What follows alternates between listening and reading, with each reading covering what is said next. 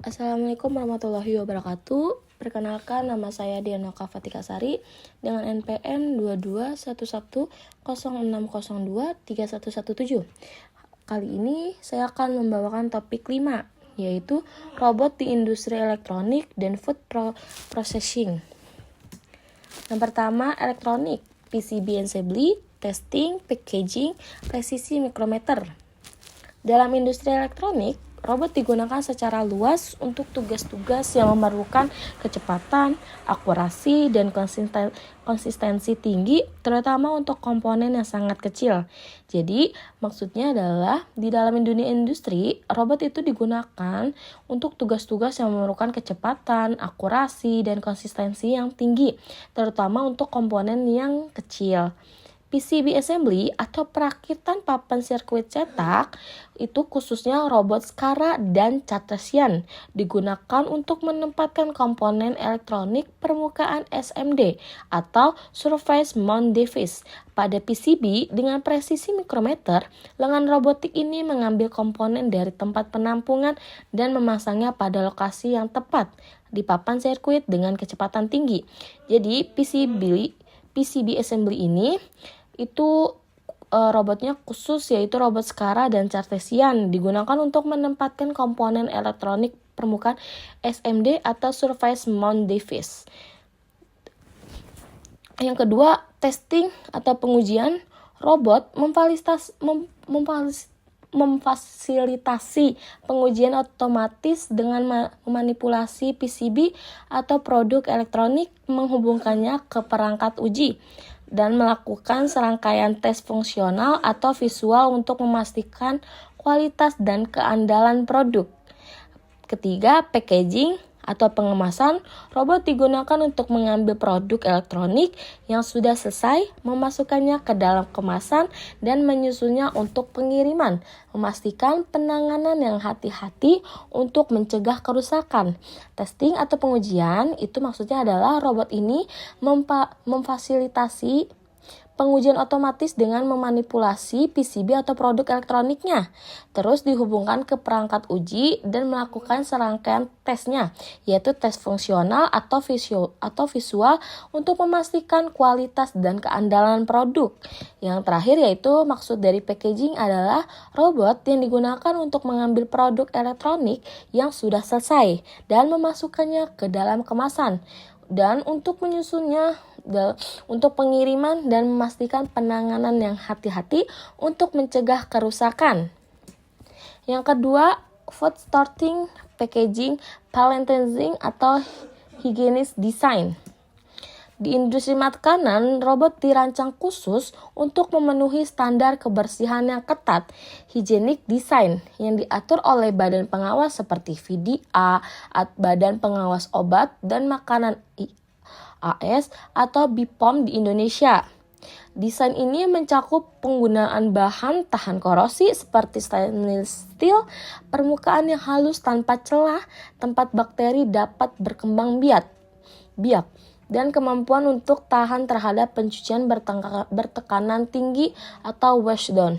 Jadi di industri makanan, robot dirancang khusus untuk memenuhi standar kebersihan yang ketat, higienis design, yang diatur oleh badan pengawas seperti kalau di US atau Amerika Serikat yaitu FDA, Badan Pengawas Obat dan Makanan.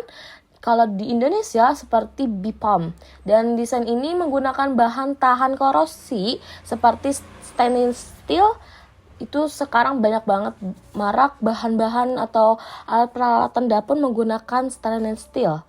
Dan permukaannya harus halus tanpa celah sehingga bakteri tidak dapat berkembang biak dan tahan untuk pencucian bertekanan tinggi atau washdown. Starting penyortian. 1. Robot yang dilengkapi dengan sistem visi, kamera, dan sensor digunakan untuk menyorti produk makanan secara otomatis. Mereka dapat memindai dan memisahkan produk berdasarkan kriteria kualitas seperti ukuran, bentuk, warna, atau adanya cacat. Misalkan memisahkan apel yang memar dari yang segar. Kedua, proses ini meningkatkan konsistensi, kualitas produk, dan efisiensi produksi. Jadi sorting atau penyortian ini itu dilengkapi dengan sistem visi, kamera, dan sensor. Itu memastikan semua barang atau produksi itu kualitas yang bagus. Kalau tidak bagus, biasanya dia akan langsung dipisahkan, dan dia juga memiliki kualitas, dia bisa mendeteksi ukuran, bentuk, warna, atau adanya cacat. Dan proses ini meningkatkan konsistensi kualitas produk dan efisiensi produksi. Packaging atau pengemasan. Yang pertama, robot seringkali jenis Delta robot yang sangat cepat digunakan untuk mengambil produk makanan yang bergerak cepat di atas konveyor, pick and place, dan memasukkannya ke dalam kemasan primer, kemasan langsung produk, atau sekunder, kotak luar atau kemasan luar. Kedua, desain higienis sangat penting di sini, terutama untuk penanganan makanan yang tidak dikemas, unwarmed food, untuk mencegah kontaminasi. Packaging, maksud dari packaging dan pengemasan, robot yang digunakan itu salah satunya adalah Delta robot. Dia sangat cepat dan dia memang sangat cocok digunakan untuk pick and place dan memasukkannya ke dalam kemasan, yaitu kemasannya ada 2, kemasan primer, kemasan langsung produk, dan kemasan sekunder, kotak atau kemasan luar. Desain higienis itu sangat penting di food cap ini, apalagi khususnya penanganan makanan yang tidak dikemas atau unprepared food untuk mencegah kontaminasi. Yang selanjutnya adalah palletizing atau penyusunan palet. Pertama, setelah produk dikemas dalam kotak atau kemasan yang lebih besar, robot manipulator yang kuat digunakan untuk menyusun kotak-kotak tersebut secara rapi dan stabil di atas palet untuk persiapan pengiriman atau penyimpanan. Yang kedua, proses ini mengotomatiskan pekerjaan fisik yang berat. Maksudnya adalah setelah produk yang dikemas dalam bentuk atau kemasan yang lebih besar, robot ini manipulator yang kuat digunakan untuk menyusun kotak-kotak secara rapi dan stabil untuk disiap dikirim atau emang buat stok penyimpanan. Proses ini mengotomatiskan pekerjaan fisik yang berat. Yang selanjutnya yaitu ringkasan desain higienis design. Robot di area penanganan makanan sering memiliki peringkat IP atau ingress protection tingginya, misalnya IP67 atau IP69K, yang berarti mereka sepenuhnya terlindung dari debu dan mampu menahan pembersihan intensif dengan air panas bertekanan tinggi dan bahan kimia sanitasi, memastikan lingkungan produksi tetap steril. Baik, selanjutnya yang ketiga yaitu keunggulan, kecepatan, kebersihan, dan pengurangan kontaminasi. Kecepatan atau speed untuk produksi elektronik dan food processing. Yang pertama itu untuk elektronik dulu, yaitu robot dapat melakukan gerakan berulang dengan kecepatan dan presisi yang jauh melampaui kemampuan manusia. Dalam perakitan PCB, robot menempatkan ribuan komponen per jam dengan akurasi mikrometer. Untuk industri food processing, robot terutama Delta robot yang digunakan untuk pengemasan dapat memproses ratusan produk per menit, mengoptimalkan laju produksi dan efisiensi rantai pasokan. Kedua, kebersihan higienis.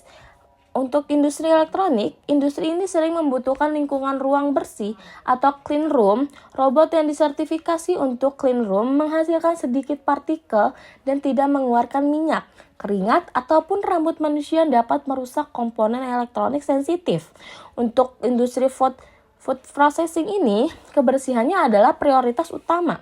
Robot di sini didesain dengan standar higienis, tahan karat, dan mudah dibersihkan untuk memastikan tidak ada tempat bagi bakteri atau jamur untuk berkembang biak dan menjaga keamanan pangan. Jadi, di dua-duanya itu sangat diperhatikan untuk kebersihannya maupun di bidang elektronik maupun di food processing. Apalagi di food processing, dia memastikan semua bahan tahan karat dan mudah dibersihkan untuk menghindari tidaknya berkembang biak bakteri atau jamur dan menjaga keamanan pangan. Pengurangan kontaminasi atau contamination production. Untuk di industri elektronik, kontak manusia adalah sumber sumber kontaminasi utama untuk komponen mikro. Robot yang menghilangkan risiko ini dan juga melindungi komponen dari kerusakan akibat pelepasan muatan listrik statis atau ACD. Untuk food processing, dengan mengotomatisasi penanganan makanan, resiko kontaminasi silang biologis dari operator manusia atau lingkungan berkurang drastis, yang sangat penting untuk kepatuhan terhadap regulasi keamanan pangan global. Baik, yang keempat yaitu tantangan produk fragile, variasi bentuk, dan standar food grade. Untuk produk fragile atau yang mudah rapuh, di bidang elektronik, tantangannya adalah menangani komponen yang sangat kecil dan rapuh tanpa merusaknya. Robot menggunakan sistem penjepit and effector atau gripper yang sangat presisi dengan kontrol gaya yang lembut. Seringkali menggunakan sistem vakum atau penjepit micro gripper yang sangat sensitif.